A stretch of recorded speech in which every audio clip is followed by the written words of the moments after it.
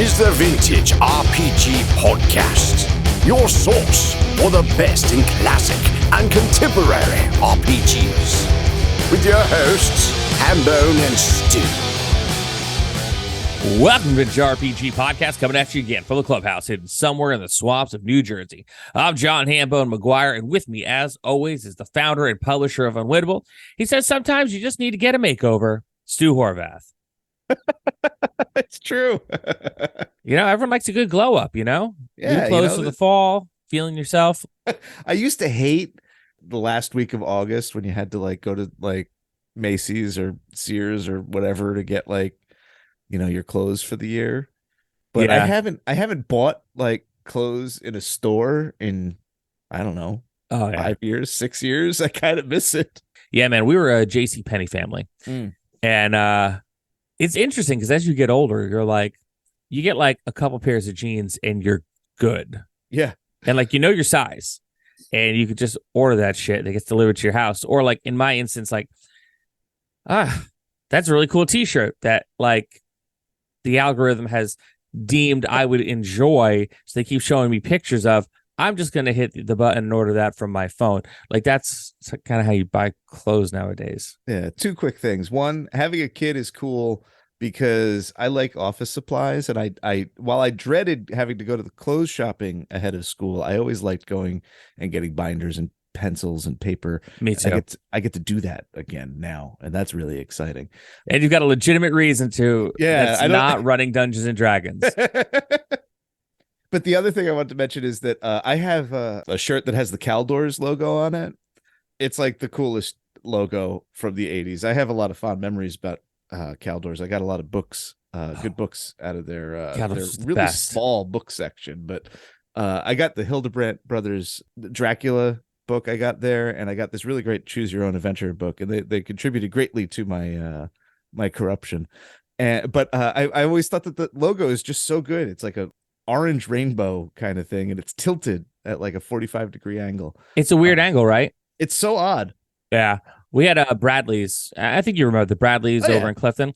Yeah. And it's interesting because I found out years later, the person who bought the music, I guess essentially, I don't know what the title was back then. I know say if you're talking about Target now or Walmart, they have a music buyer or who buys the entertainment for that section of the store. So whatever it was back then, the dude who was in charge of it was a metalhead. And you clearly knew it when you walked into that Bradley's and you're like, wow, they got Ride the Lightning. They had some this is a Wasp record. They had some legit stuff, that my mom would never let me buy in a million years at that Bradley's, in particular in Clifton, New Jersey. That's pretty cool. I like that a lot. But the reason I bring up the Caldors t-shirt is I have one. I don't need any more, but suddenly in the last couple of weeks, Instagram has been advertising me Caldors t-shirts. And I'm just A, you're good enough to know that this is right up my alley and I would have bought this otherwise. But if you're that good, you should know that I already have one. Yeah. Yeah. You got me for that 3 weeks ago. No, it's pretty bad. I mean, that's how I got my cowboy boots. That's how I got my handsome guy jacket for the fall. I mean, Sally just got me a Fangoria t-shirt that is in the Barbie font. So they know what they're doing. The algorithm. Yeah. Mrs. Davis. She knows. So anyway, we're talking today. You mentioned a monster manual that got a makeover. What is that? So it kickstarted last year, I think. It's called the Monster Overhaul. The subtitle is A Practical Bestiary by Skerples. They're a figure of some mystery. The person who ran the Kickstarter isn't Skerples. I chatted with them a couple times about it, and there's a blog, and they also did the Apocalypse book that Exalted Funeral put out a couple years ago, cool. Which is also really good. Anyway, the Monster Overhaul is basically a deep think on what a monster manual should be. Ooh. Yeah, so I thought that the book was going to be cool. I always like a new monster book. That's an easy sell for me. But this is one of those books that when it showed up and I cracked the cover and I flipped through it, I was just immediately oh, I gotta not flip through this. I need to set this aside because I need to actually devote a little bit of time and space for. I need to respect the book because this book feels capital I important.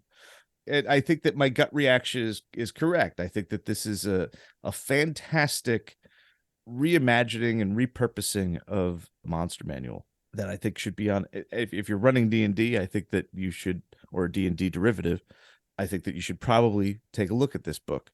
So Monster Manual comes out 1977. Gary Gygax, it really sets the standard for this kind of book. It's stat block, all the information, mechanical information you need for the monster, and followed by a brief description, giving you anything from a little bit of lore to combat tactics to what. There's no real consistency in the original Monster Manual about what you're getting in the little prose paragraph, but there's like a variety of things.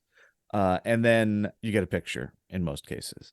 And basically, from that point until Year of Our Lord 2023, every other role-playing game monster source book has followed, give or take, in those footsteps, that kind of construction.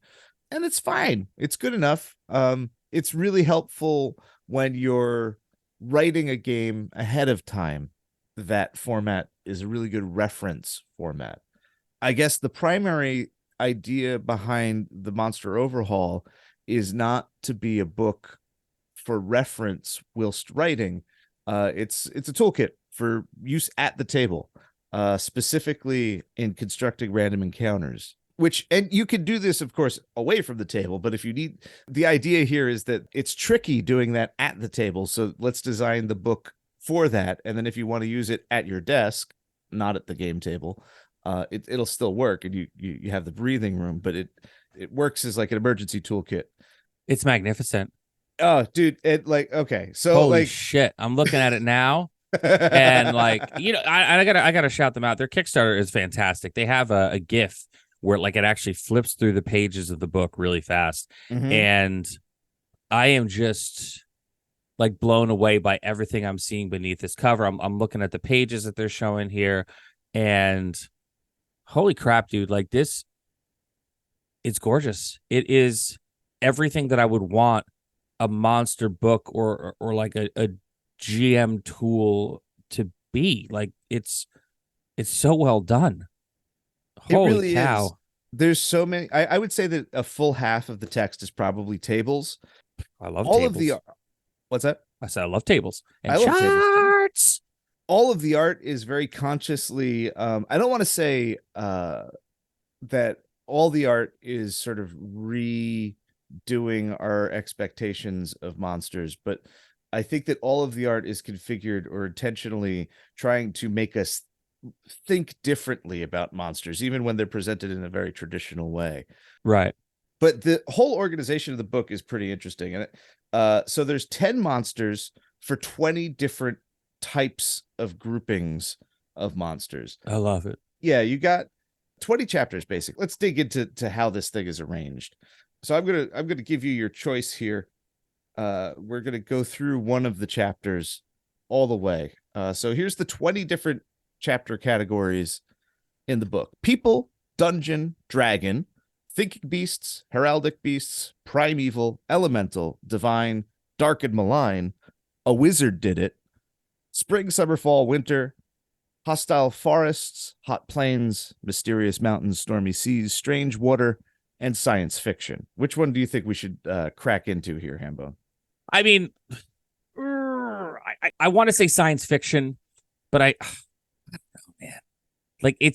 It's so well organized. That is a perfect breakdown of the different style, stylistically, the different types of monsters you've seen a Monster Manual. So I'm gonna let you pick. All right, so we're gonna go with a wizard did it then, because I think that's the funniest title. Oh, come on. Yes. That you should have led with that. So it's fronted by a picture of a beholder having disintegrated a wizard. It's great. So the chapter opens with a bit of flavor text explaining what the overview of the category is. This one explains that these are basically the results of wizards messing up and their experiments and their bad behavior. And then there's a quote, a literary quote that also sets the mood. One thing that I think is super cool about this book is that it's not just the monsters. They want the encounters to be dynamic, and to give players lots of options in terms of the atmosphere and how they react to it. So all of the encounter tables are accompanied by what they call an omen, which is something that is cluing you into the encounter that is about to happen. A little bit of dramatic foreshadowing the GM can throw out before the encounter happens so that the players can react to it. Whether or not they're going to react correctly is anybody's guess, but it gives them something to kind of play with before they get into the combat, which I think is great. So the first thing that you run into here is not a wizard did it random encounters. The first thing that you run into here are 10 monsters from elsewhere in the book that fit or are otherwise complementary to the encounters that are presented in this section. Yeah, so we have mantis shrimp, a wizard, an owl bear, a mimic, fire bat, sea hag, robot titan, golems. Like those are all, they all sort of immediately you're like, oh yeah, alien visitors. They all make sense as being like, oh, I could see these being in or around a wizard's lab without them being like the actual mistakes that a wizard has made. Then there's the list of the actual monsters and their hit dice. Then there's a list. So there's a lot of utility for the specific things that are in the chapter, of course. This is still on the first page of the chapter. The first thing that we hit that is sort of deemed directly to the chapter is what went wrong table. It's a D10 of things that messed up. So like number 6 is ley line entanglement. And then there's reactions, a bout of raving, sobbing, excited inquiry. So right there, it's already giving you tools on how to like not only build the random encounter, but build the site of the encounter and give it more and more flavor. You're then given an encounter table complete with omens. Then you get combined encounters, which give you multiple monsters in one encounter. There's tables for where the encounter takes place, and both indoors and outdoors, and minor creatures you might encounter that aren't like fightable. So like in this instance, it's like rune marked moths, a timid pebble swarm. I like that one. That's fun. Orange human faced bee. That's horrible. And then page by page, we have the actual monsters that are included in the category Wizard Did It. The first one is an anguilleth, which is a slug-like fish, which is giant. It seems like it's a corollary to the aboleth, but then you have, okay, there's so much good stuff here. You have basically all of the stuff that it can do as you expect. It's arranged a little bit differently, gives you a little bit of tactical insight in the attacks. Oh yeah, this is totally an aboleth because its first main thing is enslave. Target creature must save or treat the anguilleth as a divine overlord for 1 week. Man, they went deep in this one, huh? Oh yeah. There's a table for layers. There's a table for alternate forms. You have the basic version of the monster, and then you have all these variants that essentially not only give you, visual descriptions that are different and differing, and you could have a whole variety of them. They also imply mechanics. So like, oh God, this is horrible. Fused dolphin triplets with ultrasonic whistles. I mean, that's horrible to think about. But it also gives you like the idea of like, oh, well, if it's whistling, like maybe it has a whistle attack and it changes the mechanical nature of the monster. Haunts my dreams, bro. And then you get a table of names. And then this is the stuff that I love. You have a generic grotto that they might inhabit. It's mapped out and keyed. And there's like a whole bunch of aesthetic items in another table that further give you ways to use this and customize it to your own, needs.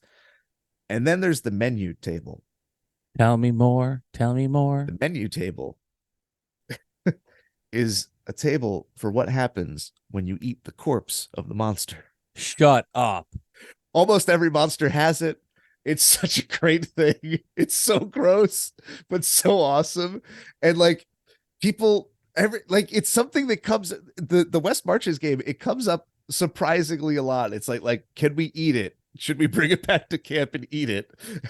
And in all my years, like I never once played with a group. Listen, I mean, I played with some groups that did some weird shit, but I've never once played with a group that was like, let's cook it and eat it. I wonder what basilisk tastes like. You know, would it turn my tongue to stone? Like, wow. Menu, flavor, rotting fish. Notes, the flesh of an anguillette loses all unusual properties if dried or cooked. If you drink the red eyeball fluid of an anguillette, roll twice on the table below, then save or go catatonic for 1d6 days. So it's just like, yeah, of course this is a bad idea. But most of the monsters have a menu. Yeah. Listen, folks, it doesn't all taste like chicken. You know, like, oh, it's alligator. What's alligator taste like? Oh, it tastes like chicken. No, it doesn't. The next two monsters are pretty interesting. Animated item, basically, you know, your animated sword, your animated broom, if you're of a Disney mindset. Simple monster, simple encounter, not really a monster. Not a lot of information here, but there's basically two tables, one for small items, one for large items, and it basically gives you a whole bunch of different animated items, all with a little bit of variety mechanically. So you're looking at, even though it's one item in the tables, you're looking at 30 potential different creatures, and then all of them kind of imply other ones. These things sort of spawn exponentially in the imagination. Like, one of the small items is cake. It has no armor. Damage and abilities is 1d4 gloop. If above 1 hit point, heals 2 hit points at the start of each round. So it does one. It's so good. Like, it splats you with like goop, and it's healing itself. Like, I would not have expected the animated cake to be regenerative, but yeah, what do I know? That is chef's kiss. Then number 3 is elsewhere creature, which is just like weird stuff from the outer planes. And as you can imagine, since there's an infinite variety out there in the planes, there's sort of a lot of different tables that let you build your own weird ass creatures. Then the next page is rifts through which elsewhere creatures can come, and again, a lot of tables for creating those rifts and customizing them, followed by a generic laboratory layout, which is a full page, totally keyed, bunch of tables for that. Number 4 is the eye tyrant. Lots of variants, lots of names. There's a table for different rays, the classic rays, strange eye rays. So they switch up like a lot of the names so they don't, like, you know, step on Daddy Hasbro's toes kind of thing. Yeah. Just making sure that you can't get sued. But and then there's a whole bunch of role-playing info for beholders, because they're, you know, complicated monsters, thinking monsters. There's a lair for beholders, which is handy, generic lair. The menu here is flavor, dry starch. If invisible fluid drips upward from your chin, in the distance, howling or possibly music. Eye tyrant flesh must be eaten raw and quickly before it sublimates into vapor. On a roll of an 8 or a 9, you gain a random eye ray on an eye stalk. God, this is like so deep. Yeah. You know? Like, there's such an abundance of thought on display for every single monster. It almost aggravates me or galls me that it's so, I don't want to say clever, because I think that cleverness is kind of crude a lot of the times. This is just well thought out and just rethought. I find that, especially with Dungeons and Dragons monsters, they become so set in stone, so familiar, that it's very difficult to reimagine them, because then they don't feel right. But these, just over and over and over again, it's just page after page of things feeling right differently. It's tremendous work. I can't. It feels so good. It's so exciting to look through this book. Entry 5 is golems, flesh, clay, stone, iron, and again, a bunch of different ways to recontextualize these. Homunculus, mind eater, of course, good old mind flare. Looks very different from what you expect, right? And that's cool, because not all mind flares need to look the same. Mutants, which are like, well, they're like mutants, mongrel men, kind of. The rust monster is in this section. Flavor, awful, coppery, and bitter. Scrapes the teeth. Oh, God, God, it's so refreshing. Like I think maybe clever, I agree, is not the right word for it. It's refreshing. There's something that, if you are new at being a dungeon master, it's a pretty cool thing. Like when you open up the monster manual for the first time or whatever kind of bestiary that you're going to be opening up for whatever game you're playing, because a lot of this is going to be fresh to you. Like even if you've been sitting on the other side of the screen for a good number of years at the table, when you actually crack that book open, it's cool, man. It's a vibe that I just can't explain, but it's a good vibe. It's a good feeling, right? I mean, I think you'd agree with that. Oh, absolutely. 100%. Yet when you are on the runner side of the screen for like a good number of years, there are things that like become kind of old hat, like nothing new under the sun. But, everything that I'm seeing in this book, looking through the previews, things that we're talking about, like this is the kind of thing that brings excitement back to what we get to do as dungeon masters, game masters, keeper of secrets, chill masters. Like we get to, to see things in a different light that, like, maybe we don't even think of things like that anymore because, we know how Sphinx is supposed to work. Like, yeah. I mean, over time, right? Like there's like an actual market impulse to the older D&D gets, the more that all of its, distinct creatures become brands. They have to operate in a predictable way because like they're being sold that way, right? Exactly. And what I'm seeing here is a book about monsters that defies convention, and I love it. I love it. I love it. The last entry in the Wizard Did It section is the Shivered Beast, at which you're probably like, well, what the heck is that? And it's really just another example of how well thought out this book is. Shivered beasts exploit gaps in reality. Their abilities vary wildly and often run contrary to intuition, and require some discretion on the part of the GM.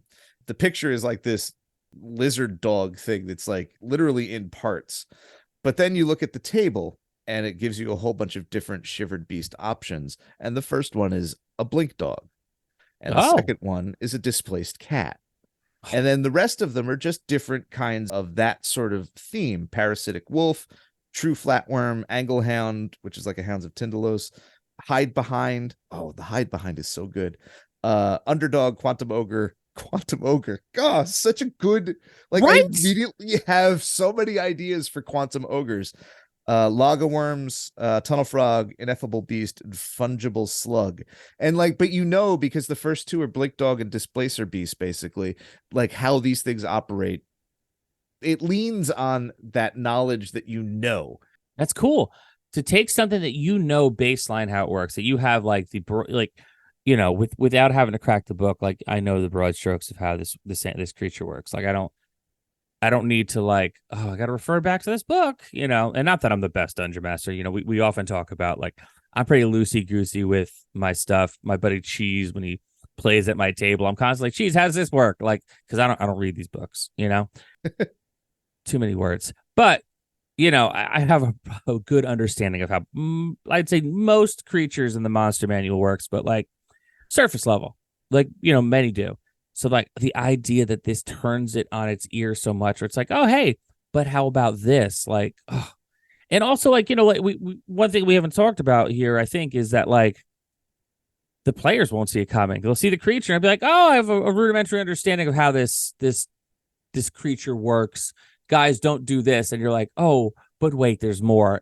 Yeah. Completely like pull the rug out from the party. And I love it. The introduction really, as an introduction should, it really puts it right in this one paragraph. In the middle of a game, a GM doesn't need to be told that bears live in caves or that ghosts haunt graveyards. They know that. What they need are interesting prompts or things that are difficult to invent under pressure: names, details, motivations, secrets, riddles, and maps, etc. And it's so right. And like this whole book just like feels so good because I feel like it supports me in a way that role-playing game books don't usually. Yeah, it's a masterclass. It's great in what we do. And dear listener, people rarely send us shit. We just want you to know that, like, if we are getting hype about something, or I'm getting hype about something that Stu bought, like Stu bought it. Like, yeah, I bought this. Yeah, we support artists and creators. We want to put more of it out in the world so y'all can create more and we can get more back. And like, very rarely do we get something in the mail that, you know, we have to take a look at. And if it sucks, it sucks. We're going to flat out tell you it sucks. We're just not going to talk about it because, you know, why bother? But like something like this comes along not very often, and it's special. And I think, you know, it's worth checking out. Drive Through RPG's got it right now if you are so inclined, because I don't even know where to buy like the physical, because I'm trying to Google it. I couldn't really find it, but I don't think it's available yet because they're still fulfilling the Okay. Kickstarter. It shipped through. I'm pretty sure that this shipped via Indie Press Revolution. So that being said, it'll probably be available via them.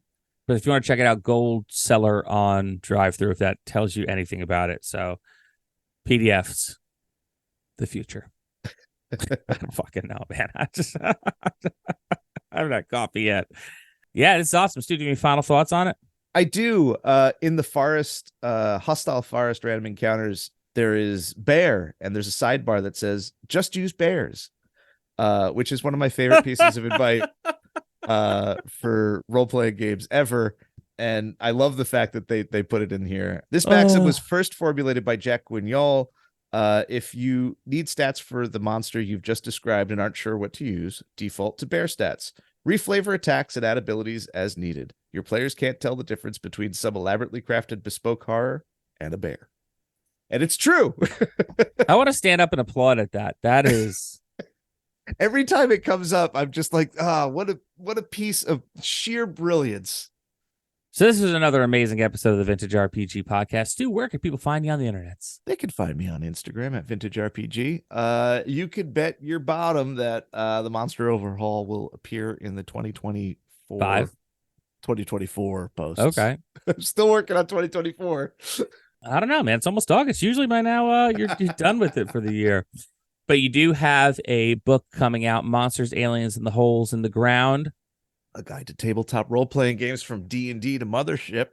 You can pre-order it right now on bookstore.com or wherever you buy books. And we highly recommend you check it out because I've read it and it's awesome. Oh, you read it? Thank you, man. At least send me the manuscript. I read it before you put all the pretty pictures in there. Oh, wow. Look at you. Yeah. I wonder if you beat my mom. No.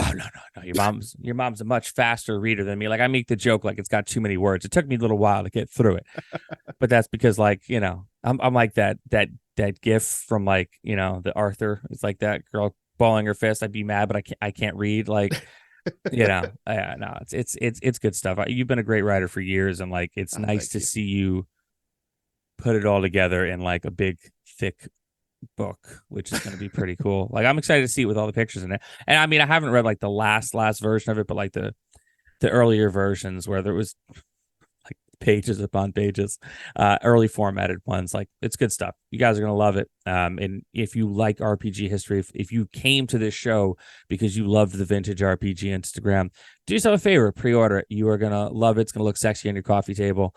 Definitely not a bathroom reader. It's too big for a bathroom reader, but it's going to look great in your book nook.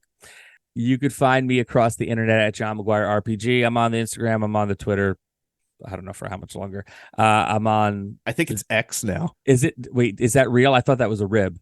No, I think it's true. I think it happened overnight. I haven't gotten a chance to look at the news. Oh Lord. All right. Yeah. Well, I'm on X for the time being. I'm on Blue Sky, which I haven't used yet. I'm on the TikTok, which I go on stuff when I have to promote stuff or if like I see a band or something. But I'm around on social media.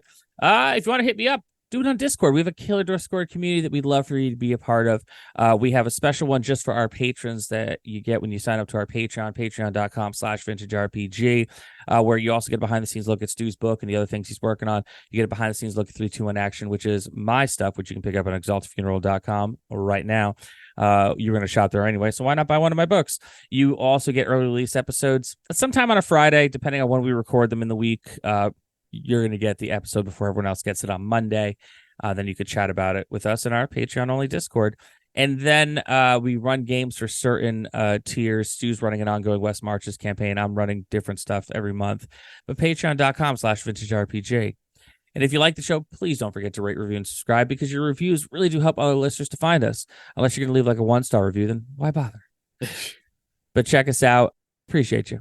And we thank you for listening to us every single week. So for Stu Horvath, I'm John Hambone McGuire. May the dice always roll in your favor. Take care.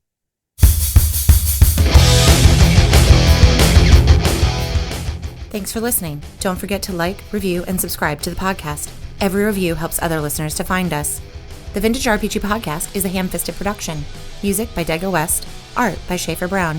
If you like the podcast, you should also consider becoming a patron at patreon.com.